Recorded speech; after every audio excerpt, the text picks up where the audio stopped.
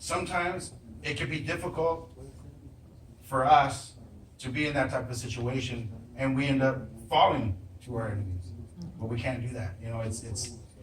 I had a hard time a few years ago where I had the opportunity to do what I'm doing today, and I kind of ran away from it.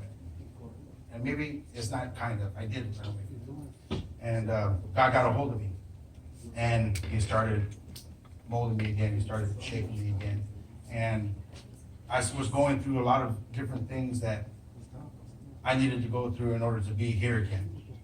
And you know, I thank God for that opportunity. You know, I thank God for the things that He did to me and for me to be able to be here today. You know, there's people at our jobs that make fun of us. There's people that sometimes all they have to say. I have a person just the other day, it's funny, that said he was upset, and he said, "And you call yourself a Christian?" And I'm his boss, and I told him, "Is that all you have? Is that it? Is that all?" And I told him, "You know something?" I go, I think that you need to go home today, and I'll see you tomorrow." The next, he didn't want to leave, but he did end up going home, and he ended up coming back the next morning and talked to me and told me his family told him that he was wrong in what he said to me. And I asked him, I go, "Why did you say that?" He didn't have an answer. He didn't have an answer. I go, "Let me tell you something." I go, "There was a time of day that somebody called me all the names that you can think of, bad names in the book, and I probably deserve those names." I go, "But yesterday when you said this to me, it hurt me. And it didn't hurt me the way that you think it hurt me. You know," I go, "I serve a God that has done a lot for me. You don't even understand." This man is like 60 years old, you know, and I allow him to just work because he's 60 years old. And I hope that there's somebody in my life when I'm 60 years old and trying to work, you know, that treat me like that. You know, so I don't push him anything like that. But I did tell him, you know, God's done so much for me in my life, but you don't even understand. You know, let me explain to you. I told him, if you knew who I was back then, you'd be asking me, "Hey, do you need to write to church?" I go, "The only thing you can come up with was, and you call yourself a Christian? I don't even know where that came from." And he apologized again. I put him to work, you know. So there's people like that in our lives. A while back ago, Pastor asked me to bring this word, this message, a couple months ago. And I wasn't expecting it. I humbly accepted. And I still went home and thought, why me? You know? And you know, I had to figure it out, of course. But the very next day, I kid you not, the very next day, the devil came to attack. And it's funny because, you know, the Germans, I call them the Germans. The Germans? They've been hanging out with us almost every day. Don't ask God for a big family because He'll give it to you. Anyway, the very next day, I had a gentleman at work cuss me out, yell at me. This is at 5 o'clock in the morning. Who wants to be yelled at like that at 5 o'clock in the morning? And one of my housekeepers was there, and he walking towards me and yelling at me and calling me names and upset about a sauna not working and something else not working. And I told him, "I understand that, sir. I totally understand where you're coming from." And he goes, "Well, we pay for these extra amenities." I go, "I totally understand that, sir." I go, "You know, and I apologize. I apologize. I don't even want to bring up the person before me, but I will say that none of these amenities have been working for the last 6 months, and I've only been here 1 month, 2 months. You know," I go, "But I promise you, I'll have it running by the end of the day." And he goes, "I'm ready to move to another club." You know, and he walks away, and he's in the men's locker room. So over there where I work, when you're in the men's locker room, you're naked. You know, and he had a towel on him, you know, and so he takes off, goes back. I give him a few minutes, and I go to the locker room, figuring he's dressed by then. And he was. And I talked to him. I go, "Excuse me." I go, "Do you have a minute?" He goes, "Yeah, sure." And I started talking to him and trying to get him to calm down and relax. And before I left, my housekeeper goes, "What are you gonna do? That guy's crazy. He's gonna go off on you again." I go, "No, I'll be right back." So I went over there and I talked to him and calmed him down, explained to him, I apologized to him, and I didn't boo-hoo for myself or anybody else, but I did apologize to him and told him that I would take care of it by the end of the day again. And I told him that I would send him an email, that it was my fault that my boss didn't send him an email, was because I sent her the email instead of sending him the email, letting him know that we knew about the situation. So, about, hour and a half later, it was 8 o'clock. And I called somebody and somebody came out. It's a special item that you have to call somebody out. I can fix it, but it's better to have somebody else come out for the warranties. And somebody came out, fixed it right away. I carried gift cards in my wallet. And the gentleman that came to work on my sauna, my steamer, I gave him a $50 gift card. And she came so quickly and you fixed it. I really don't even understand. He goes, that's never happened to me before. I said, well, I appreciate everything that you just did. So have a good day. It was a Red Robin gift card. And he was like, it was a $50 one. And I buy them from work, so I have them carry them all the time, and I always give them to who I believe deserve them. And he deserved it at that moment, And he took off amazed. He just blown away. After that, I did send an email back to my boss, of course, and let him know that everything was okay. The steamer had gotten fixed, and he was happy about it. But then the next day, and now remember, this is the devil attacked me for 3 days in a row, after he had asked me to come and bring a message. And the next day, I'm walking to the office, and I got slammed in the face with a door. Cut my eye right here. Blood was literally squirting everywhere. And everybody made a big scene, and they took me to the office, and they put towels on my head, and they wanted me to go to the hospital and get stitches. And I said, I was the only one there. My second wasn't there. So I said, no, I have too many things to do, and if I leave, it'll just be worse for me tomorrow. So they put a little bandage on me and stuff, and I stayed. And now, mind you, I didn't think the day before or that day that the devil was attacking me. I didn't even think about it 1 minute. The next day was New Year's Eve. And that's the day that I ended up going to the hospital for eating some shrimp that I've ate my whole life. And I don't know if you guys remember that I testified about that. And that's when I knew the devil was attacking me. Especially, I got the German, Sister Yoli. He was trying to take your voice, brother. He was trying to take your voice. Because my throat swelled up really bad, And, Sister Yoli, she's special. You gotta love her.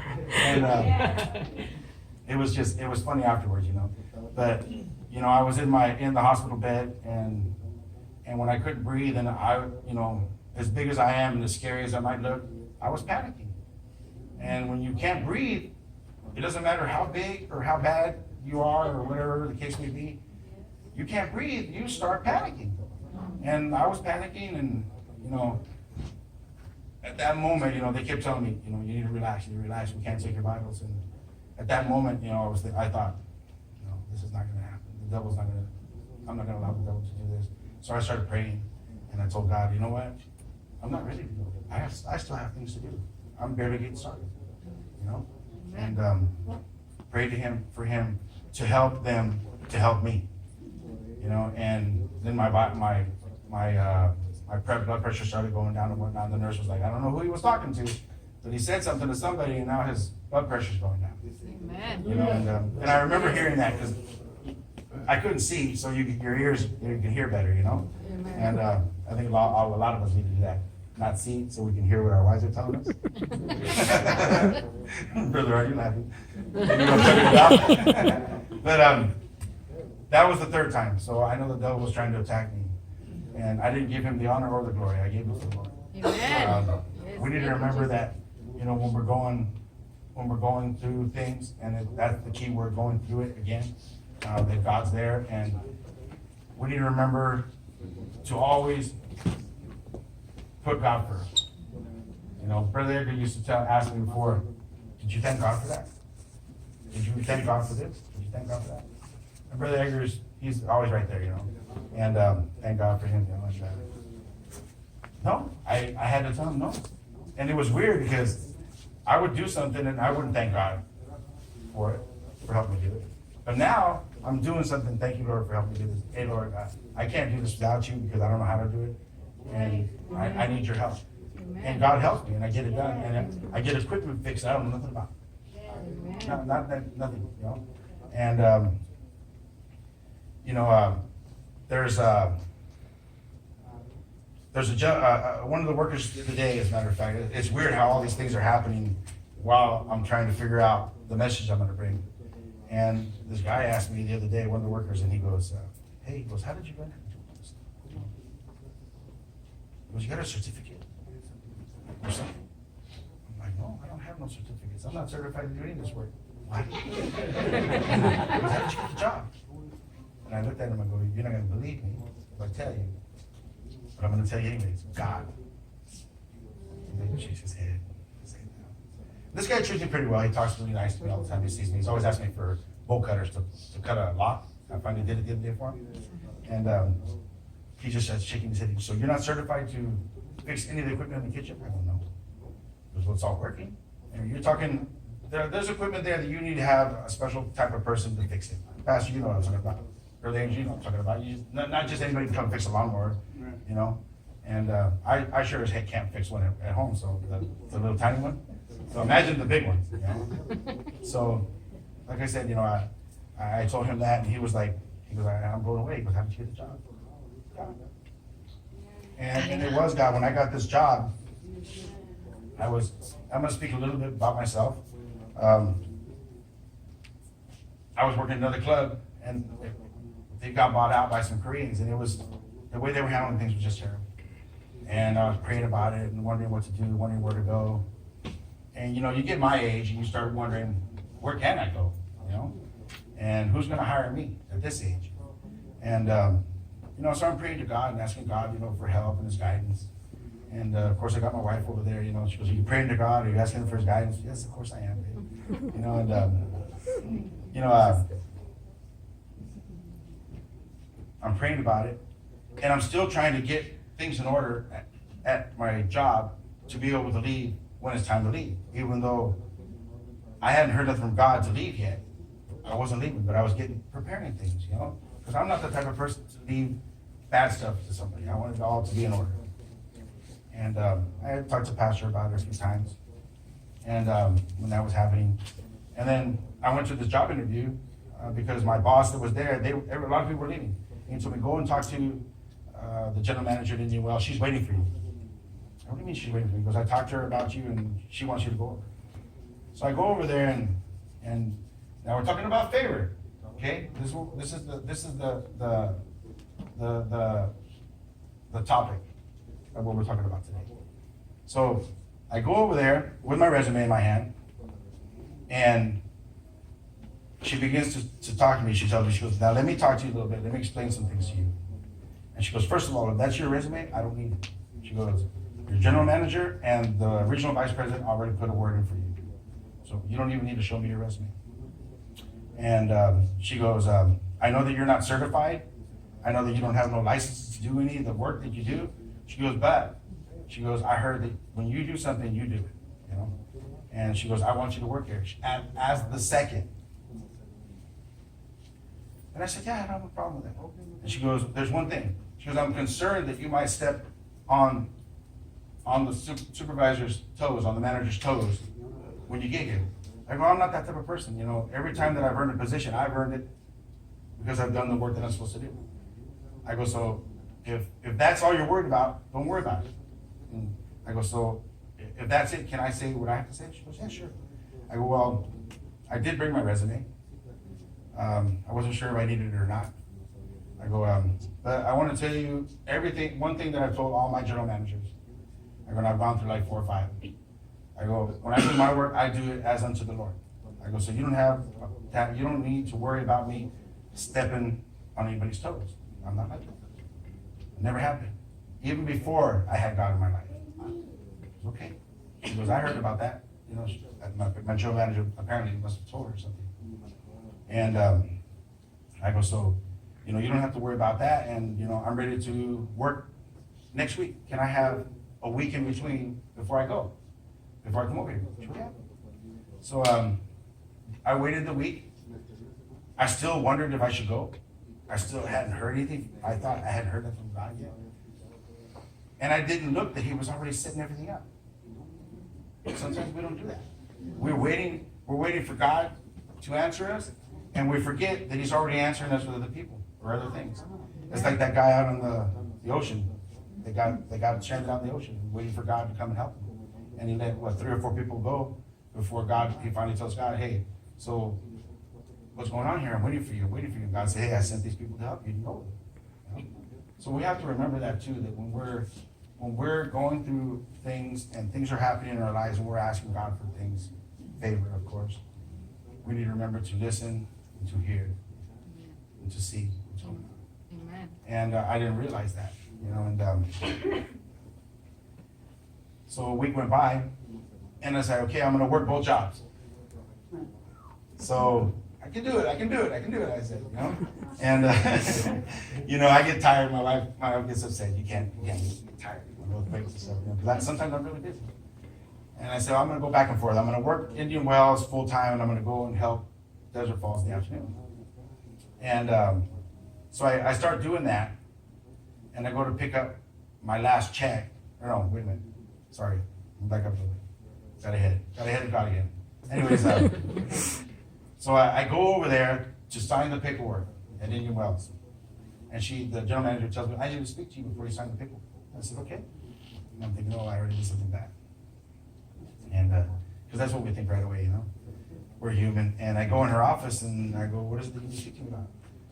She goes, remember I asked you to take the position as second? I go, yes, I remember that. She goes, I had to let Ricardo go yesterday. She goes, so you're going to be in charge. She goes, how's that? And I go, that's great. I go, where do I sign? And, right away I'm thinking this is God, because I was thinking there's going to be problems. Because when she was going to hire me, she told me how much she was going to pay me. And I said, no, I need this much. Because I don't believe this guy's going to leave because I'm going to be here helping him do all this stuff. And he's going to say, I don't have to leave no more. I go, that's just where I'm at, I told her. So I need to make sure that I'm going to be okay and my family's going to be okay. So I have to ask for this much. She didn't have a problem with it. So then when I went in there and did that, went in there to sign the paperwork, she tells me that. She goes, plus you're going to be making this much an hour. And I said, what? And she goes, yeah. I go, that's great. She goes, is hourly fine? I go, hourly's great. She goes, I'm gonna give you, we're gonna talk about doing salary labor. I go, I'm fine, I'm fine with this job like that. She goes, okay. She goes, welcome aboard. She goes, go fill out the paperwork. And I was thinking right away, God had a hand in that, making sure, I was sorry about the guy not working there anymore, but whatever he did it to himself, And God made it possible for me to be in charge instead of having somebody worry about that if I was gonna step on somebody's toes, And, it's a great job. I sent Pastor a message from her that she sent me the other day, and this is for me it was special because we're supposed to be Christians. Amen. And sometimes we're not. We're supposed to reflect God, and sometimes we don't. I even make a mistake of not doing it once in a while.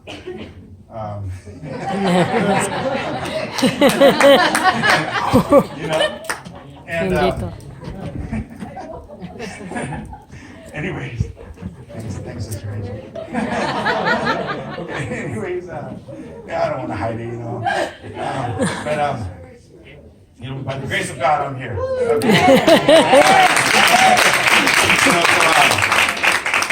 What was I at, sister? What was I at?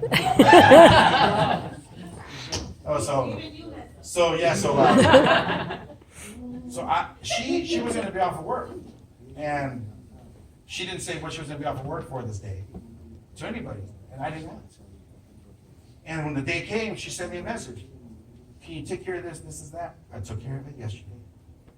Can you take care of this? This is that. This is an email. She knows I'm already at work at 4:30 in the morning. It's 5 o'clock in the morning. She's sending me an email.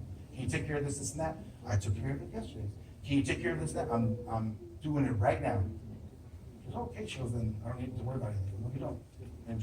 Enjoy yourself. I don't know what's happening. I hope that everything's great with your dad and you guys are doing something that you should be doing with your dad. To have fun. And she emails me back right away and she says, you know what? She goes, thank you. She goes, no one has said anything to me about my dad.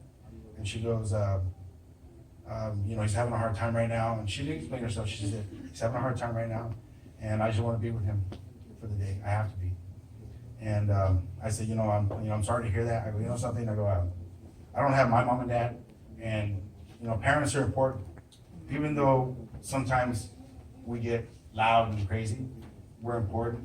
We need love just like anybody else, And explain that to her, and of course she said, oh, and she was happy to hear from me. And then she sent me another message saying that she, let me try to remember that she tries, that that my parents should be proud of me. She didn't know I didn't have parents. She goes, but I bet your parents are proud of you for the person that you are today. And it felt good to hear that from somebody that doesn't know me. She just knows what I do at work for her, And, she tells me, she goes, and I said, thank you very much. I would hope so. And then she sends me another message saying that she tries to do things the way that I do them, and tries to speak with people the way that I speak with people, how she sees me at work. And that I'm a prime example for her to learn to do things the right way. This is I'm not standing here trying to boast about myself, of course. I'm saying it because you need to know that people are watching us. And people are listening to us. There's those situations that I've gotten into at work there. I decided when I came to this place that I was going to do things different. That job. Amen. And I think we should do them different everywhere. And it's working for me. And why didn't I do it before? Why don't we do it like we should? Because we don't. We don't do it like we should. We do it our own way. And I decided I'm going to do things in a godly way, no matter who it is, no matter what happens. That's how I'm trying to do it. Amen. So it's paid off. It's paid off. And I don't have my general manager over my shoulder. I have her on my side, standing next to me. And that's important. In any relationship. And we'll get to the message in a minute. God's gonna have His way. The whole time that Pastor asked me this message, I've been having this and that put in my life, in my spirit, I would say. And, just here in our church, just here in this congregation, there's people that have gotten favored. And it's just not me. And we all should want it. We all should be asking for it. That's right. We shouldn't worry about that guy or that girl or that girl. Meaning, we need to focus on God. We go straight ahead. Forget about what's behind us and what's beside us. Right. Because those are distractions. Those are distractions. And we do it. We're human. And I've done it. Well, it's good to look straight ahead, focus on yourself, and things will happen for you. Amen. And God will favor you. God will favor you, and you should be happy for that person sitting next to you that's getting favored, even though you may think that you're not getting favored. And why is this person getting favored but not me? It's always that. Why not me? Why not me? Why him? Why her? And there's a reason for it. It's because of that, because of the way you're acting. Why him? Why her? We should be happy for her or happy for him that he's getting favored. Amen. You never know. Maybe that person that's getting favored is going to bless you. That's right. Brother Art came and did my concrete Saturday. That's a blessing. Yes. And, it's something that I can't do. There's not a lot that I can't do or won't do, but I don't like concrete. Me and concrete don't mix.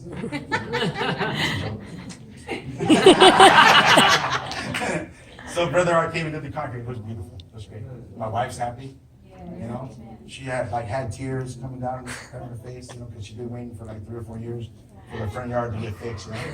So she's announcing it to everybody. So if you think about it, she's getting favored because the concrete's getting fixed. Amen. And I just want to point out a few people, and I hope I don't make anybody look silly or anything like that. But I want to point out a few people in the church that have been favored, that we all know about. But maybe we don't think about it in that sense, that they've been favored, But I want to point them out because I want you to see that it's just not me. It's them too, you guys too, you know? That's right. And so I want to ask these few people to stand up. Sister Lorena, can you please stand up? Sister Lorena has been favored. How? Her family's here. Amen. All her family's here. She's in the place that she's been asking to, waiting to be. Her and her husband were out of the things, and you too, brother, you can stand up too, right? But they were out of the things of God for a while. You know, and I know this because we're not just friends, we're family, and you know they've talked to us a lot, you know, and confided in us about a lot of things. And this is one of the things that I don't think they'll be upset about, but they were out of things of God for a while, and then they got back into things of God. And look at what God's done for them. Look at all the things. Brother over there, he's been favored. His job that he has, he also didn't have the qualifications to have the position that he has. That's right. But God favored him. Yes. His daughter helped him fill out the resume, of course. God favored him, a beautiful daughter. You know, that helped him with his resume. But he got the job, and he's a good boss. You have nothing to worry about, brother, when people are, and I'm not prophesying, I'm just saying it. You have nothing to worry about, brother, when people are trying to tear you up at work.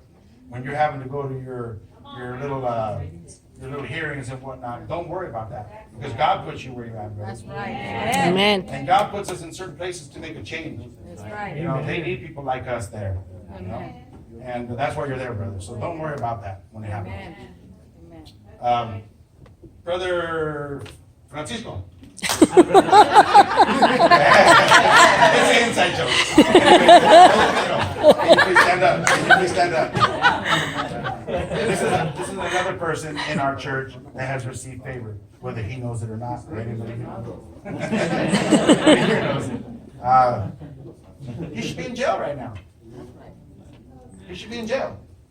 And by the grace of God and God's favor, he's standing in front of us. Amen. What was going to happen to him didn't happen the way that it was supposed to happen. God manipulated the paperwork. Amen. You hear it all the time. We hear it all the time here in church, but we really don't think about it until it happens to us. Amen. You know, and, oh yeah, maybe we're even thinking, oh, whatever, Pastor, or whatever, Brother Hager, or whatever, Brother Marcos, whatever, you know, whatever they are, you know. We're probably thinking that, you know, and there's been a few times I thought about it, you know. So I'm gonna say, you know, if I thought about it, you thought about it. You know? But, you know, at the moment, at that moment, and I'm pretty sure I'm right, you were afraid. You didn't know what was going to happen. You didn't even come to church one day because of it. You know, and I hope that's okay that I say that. That's fine. You know? And I want you to know this because you need to know that it happens that way. We're human. Again, we're human. You know, we go straight to the flesh. And that's what happened with him. He went back to when we're driving down the road and we're looking in the rearview mirror. When we know we're doing something wrong, we're looking in the rearview mirror. You know, did they see it? Did somebody see me speeding? Did somebody see me pass that stop sign? And that's what he was doing when he didn't come. He was so worried that instead of coming to church, he went ahead and stayed home, or I don't know what he did when he was not coming to church that day. But he was probably doing something he shouldn't have, thinking that he was going to go to jail the next week. And he didn't go. As you can see, he's standing right here. Amen. Thank you, brother. Sister Sandy, I'm going to leave you out. Sister Sandy, can you please stand up? She can tell her story, but I'm going to tell it for her. She's living in a house that she's been asking for a long time. I know her history as far as having a house and not having a house, and then having a house and not having a house, and then having a house and not having a house. You know, and she asked God for a house, a home. We all want a home. We all want our own home. And she asked God for it, and she was precise about her prayer and what she was asking God for. And God gave her a home. And in the home, if I remember right, sister, correct me if I'm wrong, you didn't even put the down payment down. The owner of the house put the down payment down. That's favor. That's right. That's favor. Amen. And now she's asking for the house to be paid. Is she asking for too much? Nope. That's right. That's the only way that I don't work, the house is paid. Amen. Amen. Those are just a few people in our church that have been favored. Amen. You know, Pastor and Sister Rachel, of course, have been favored with us.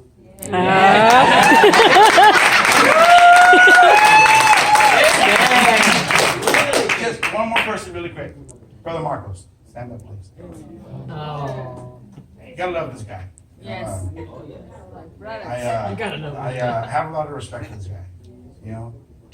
I call him a guy because, you know, I believe we're close enough. I can call him a guy. Brother Marcos or Mr. Minister.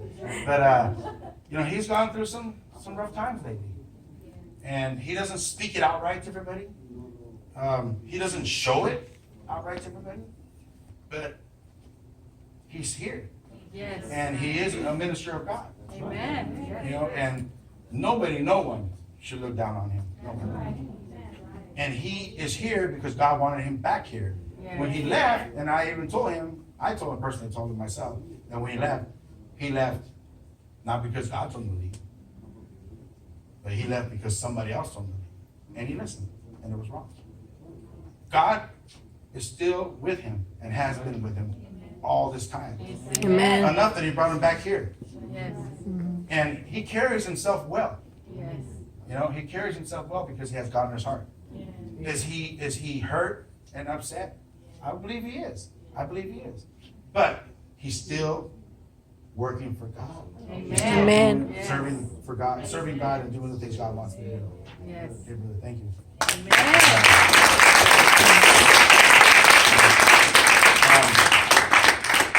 You know, and that being said, you know, they talk about